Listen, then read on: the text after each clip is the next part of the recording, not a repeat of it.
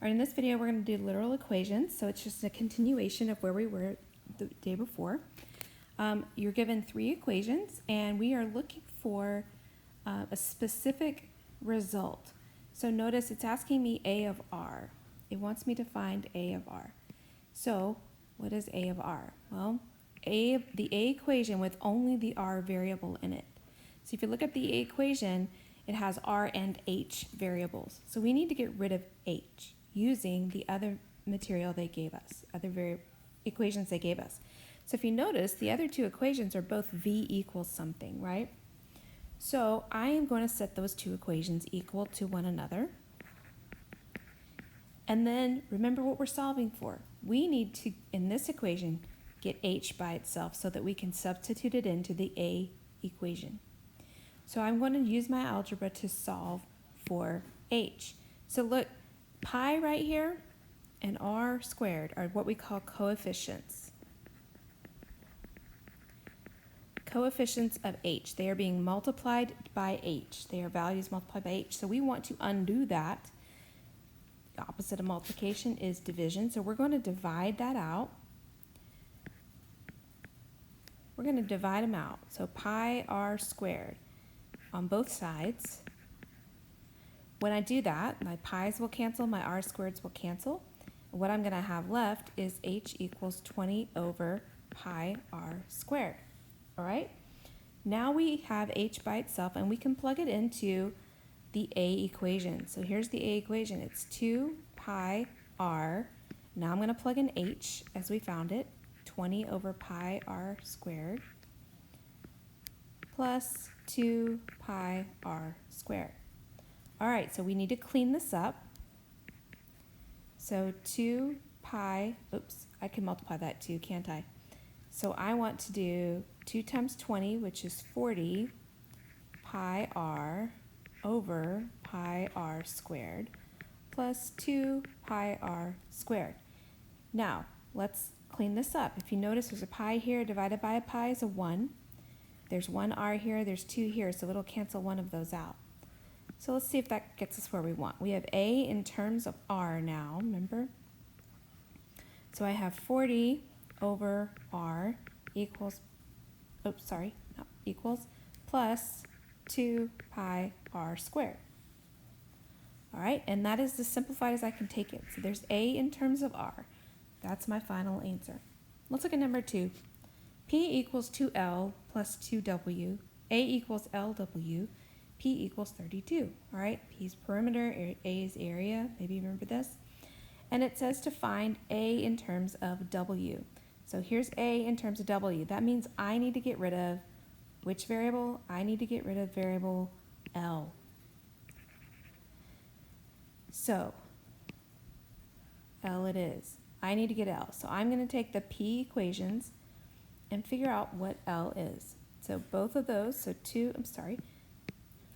2L plus 2W equals 32, right? So let me solve for L. So I'm going to move the 2W over. So 2L equals negative 2W plus 32. Now, I'm going to divide through by 2. How about that? Let's get rid of all that to get L by itself. So now I have L equals negative W plus 32 divided by 2 is 16. So I have negative W plus 16. That is what L is equivalent to. So now I'm going to come back to my A equation. A equals, and I'm going to put in L, negative W plus 16 as I found it, times the W. All right. Now we clean it up. So now we say A in terms of W equals negative W squared plus 16W. And that's my final answer. It is simplified as far as I can take it. All right, this last one, V equals x squared h plus A equals x squared plus 4xh. A equals 12.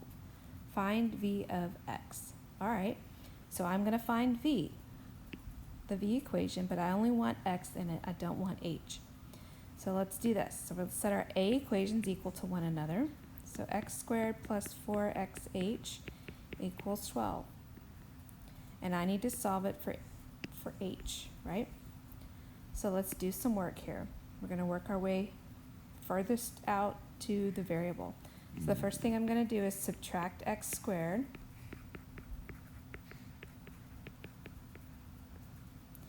Then I need to divide by the 4 and the x. So since we have two terms here, remember we have a 12 term and an x squared term, let's simplify this out. So h will be, these cancel, let's simplify these out by splitting it up. 12 over 4x minus x squared over 4x.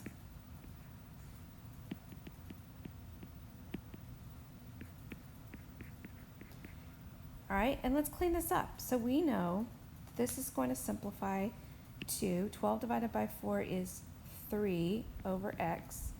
And this, there's two x's here, there's one here, so it'll be minus x over 4. So this is what h is equivalent to.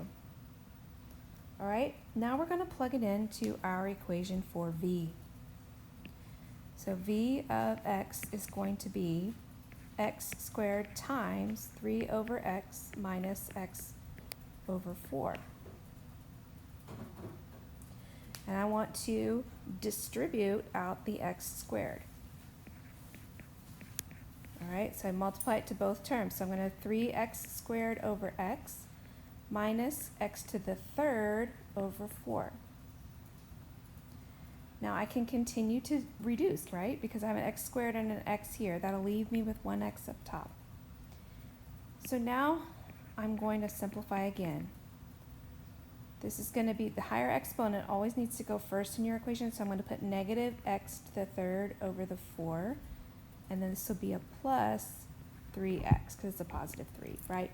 All I did was rearrange that, so don't let that mess with your head. But that would be my final answer. Okay? So it's just day 2 of literal equations. Hopefully this is making sense and you're understanding. Let me know what questions you have when you get to class.